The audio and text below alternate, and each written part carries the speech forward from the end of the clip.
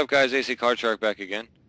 With Pixel Sandwich. We're on episode 26 of the Shark and Pixel Show. Today we're going to be hitting up another episode of Whatcha Playin. We're going to update you guys on what we've been hitting up lately.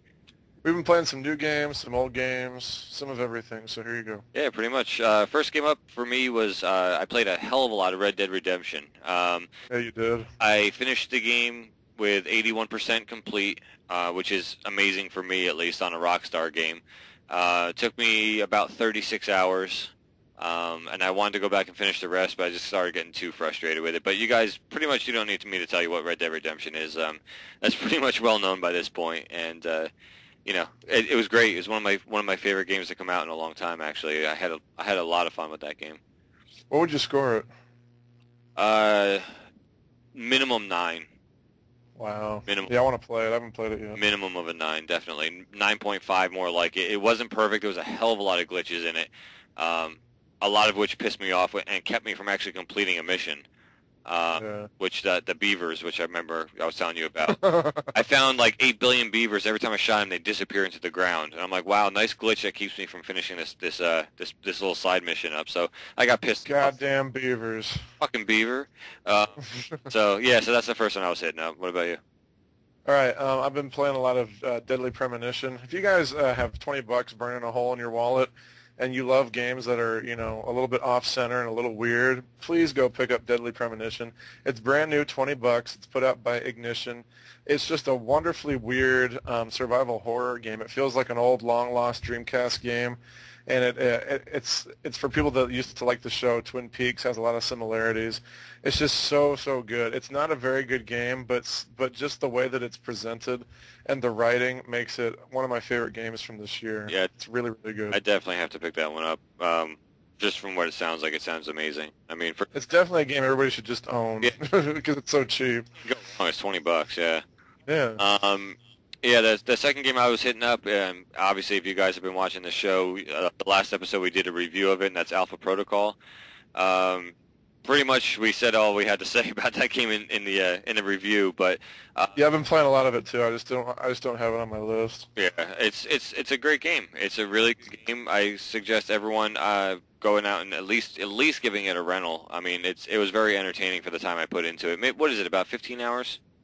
Yeah, 12 to 15 probably. Yeah, it was a nice quick game. I mean, not quick, but it was average length, I guess. But I had a lot of fun with it. It was good.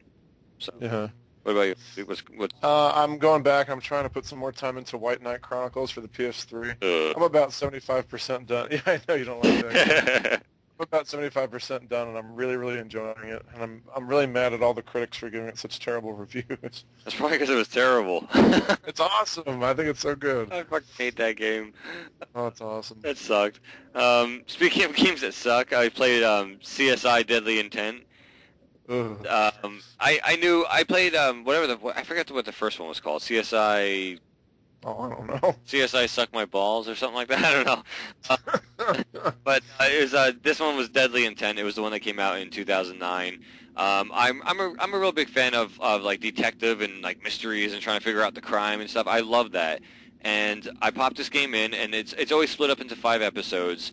And I always rent them because the achievements are like so freaking easy, and by the time you're done, you can get anywhere between 900 and 1,000 points for the game. And I'm the biggest achievement whore I think that lives. So sure. Yeah, it's really ridiculous. So, but the first 2 episodes of the game, I was really into it, like looking for clues and stuff. And then by the time I hit the 3rd episode, it was so repetitive. The storyline changed, but it was so repetitive of just doing the same shit all over and over again.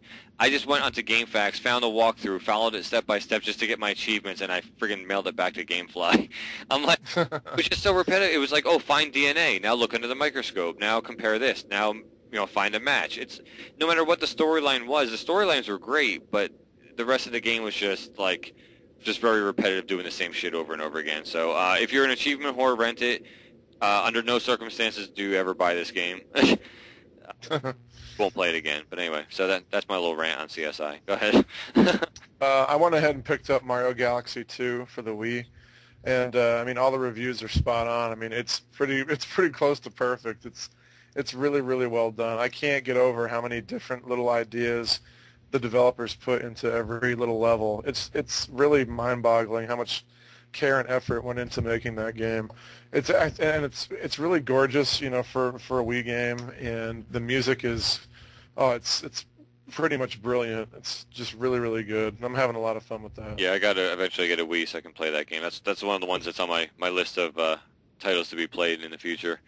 I'm enjoying it a lot more than the first Galaxy. Yeah, I didn't like the. I mean, the first Galaxy was good. I mean, I shouldn't say I didn't like it. I'm gonna get hate for that. Um, after the Sony conference video, I don't want to get any more hate. Yeah, for real. No, but, I didn't hate Mario Galaxy 1. I just I didn't really feel the need to have to like push on and finish the game. You know, like I got my enjoyment out of it, and then I mailed it back to GameFly, and I don't feel like an incomplete person for not beating it. You know. Yeah. But yeah, number 2 has been getting great reviews, so I'm looking forward to playing that at some point. For me, the most recent rental I actually got from GameFly was actually Toy Story 3, and I actually went and saw the movie on release day on Friday, and the movie was great in case anyone's wondering. But the game itself is actually a lot of fun, and it's getting good reviews from users and mediocre reviews from critics, and I'm anxious to see like what Metacritic actually combines it up to be, you know, by the time it's done. I had a lot of fun. Like, I would say I've put at least 5 hours into the sandbox mode in that game, and you're basically wandering around Woody's Roundup, which is an actual town in the game. And, you know, it's all like running missions for people and doing all these different things, and like you gain gold and you can mine for gold, and you use the gold to go to Al's Toy Barn to actually buy more stuff for the town, and you build it up. It's a lot of fun. I put probably about 5 hours into that, and then I was like, you know what? I was like, it's getting bad reviews for like the controls that must be in the missions part. So I was like, I'm going to actually start to progress the missions, and you start seeing a few problems there. Like, you start seeing a little bit of some control issues. Not horrible, but one of them was like making me mental. Like, I had to jump to a certain point. I would jump right above the peg I had to jump on, and it would like push me to the side and make me fall off. I'm like, oh, you've got to be kidding me. So it does have its issues. It's definitely not, you know, like, it's definitely not like 8.5 material, you know, on the scale of 1 to 10. It's probably a good 7, I would give it. It's fun. I mean, just for the sandbox mode alone, I would rent it. I don't know about buying it. Maybe if it comes down to like a $20 price point, I would buy it. But it's fun. I mean, at the very least for the sandbox mode, it's good. All right, cool. My last 2 are Xbox 360 games, and before I get to those, I want to tell you guys that I did pick up the new 360 Slim, and my first impressions are I love it. It's great. I think it looks amazing. It actually doesn't have buttons. They're all touch activated. It's kind of like how the first PS3 was. It's really, really quiet. It's got the built-in wireless, and it has the 250 gig hard drive, so I'm starting to save some of my games to the hard drive to make them run a little bit faster, and I'm really, really enjoying it. The one shitty thing about it, though, is that it only comes with the red, white, and yellow cables. It doesn't come with the component cables or HDMI, which is bullshit. That's crap. Because the first 360 did. Yeah, it's really disappointing. Yeah, but, it's like a Wii. You're playing it in like standard def. Yeah, pretty much. That's pretty. Luckily, I had another HDMI cable, so it's all good. But that pissed me. That's pretty shitty of Microsoft. Believe it. Yeah. I've been playing Blue Dragon. I know it's an old game, but it's one of my games on my list of shame that I've put a lot of time into, but I've never beaten. It's a pretty generic JRPG that kind of looks like Dragon Ball Z, but it's really charming, and it's got a really cool personality to it, and doesn't take itself too seriously. I mean, you like search through creatures' poo for gold. I mean, any game where you do that is awesome. And I'm just going to do my last game right now because it's for the 360 too. I've been playing Call of Juarez Bound in Blood. I played the first Call of Juarez. It was okay. And this one's more of like a straightforward shooter. It's pretty hard. There's some really, really frustrating parts, and some parts don't really feel like a Western game. But I enjoyed it, and I played through it. And I did have a good time. So if you guys haven't checked it out, it's worth a look. I wouldn't really pick it up, but it's worth playing through at least. Some awesome dude from YouTube actually sent you that game. yeah, you did. Yeah. So thank you. That's all good. I just want to make sure that we all recognize that I'm awesome. That's all. Oh, we know. It's all good. All right. So yeah, my last game before we run out of time is Green Day Rock Band for the 360. It's Rock Band, guys. It's nothing special. It's nothing spectacular.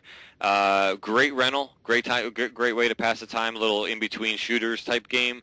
but only buy it if you're like a really hardcore Green Day fan. It's got a lot of cool unlockables that as you progress through the career mode, I was really enjoying it because I'm a really big Green Day fan. So it had like a lot of old school video of them and interviews, and they showed them driving the bookmobile and stuff from like back when they were like in their early 20s. It was really cool, but rent for pretty much any guy or girl who likes Rock Band. Buy if you're a Green Day fan. So. Cool. But it was well done. I mean it's well done. It's just my gripe is that it's just another Rock Band. So, but yeah, so that's it. That's my list. You're good. Yep. Awesome. That's what we've been playing lately, guys. And that's episode 26. We're gonna wrap that one up. Until next time, guys. This is AC Car Truck. And Pixel Sandwich. Take care. Late.